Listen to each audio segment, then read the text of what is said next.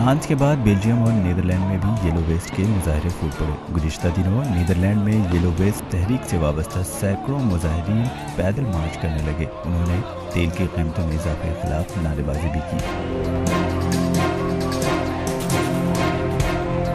اسی طرح بیلجیم کے دارالحکومت برسلز میں بھی مظاہرین نے پارلیمنٹ میں داخل ہونے کی کوشش کی۔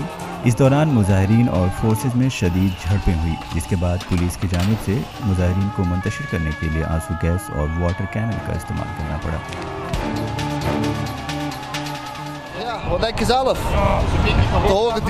ہمارے ساتھ ایسا نہیں ہوتا تھا، یہ تو انسانی حقوق کی خلاف ورزی ہے۔ کیا یہ جمہوریت ہے؟ ہم یہاں حکومت کی طرف سے عوام مخالف قانون کی مخالفت کے لیے آئے ہیں۔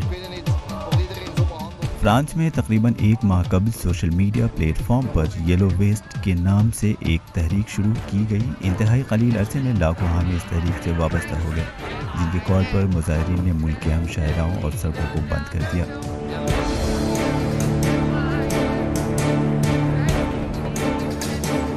مظاہرین کا کہنا تھا کہ وہ برسوں سے پیٹرولیم مصنوعات میں مختلف ٹیکسوں سے مہنگائی کی مار جھیل رہے ہیں اور ان کا گزارا مشکل سے ہو رہا ہے۔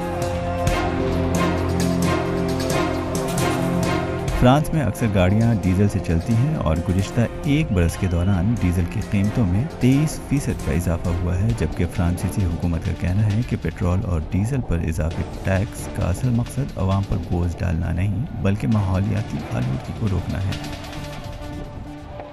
گزشتہ ہفتے ہونے والے ایک سروے میں اس تحریک کے حق میں 73% فرانسیسیوں نے ووٹ دیا تھا۔ اس تحریک کے اثر کا اندازہ اس بات سے لگایا جا سکتا ہے کہ جب یہ تحریک زور پکڑی تو فرانسیسی صدر کو G20 اجلاس چھوڑ کر ملک واپس آنا پڑا۔ Bureau report ETV Bharat.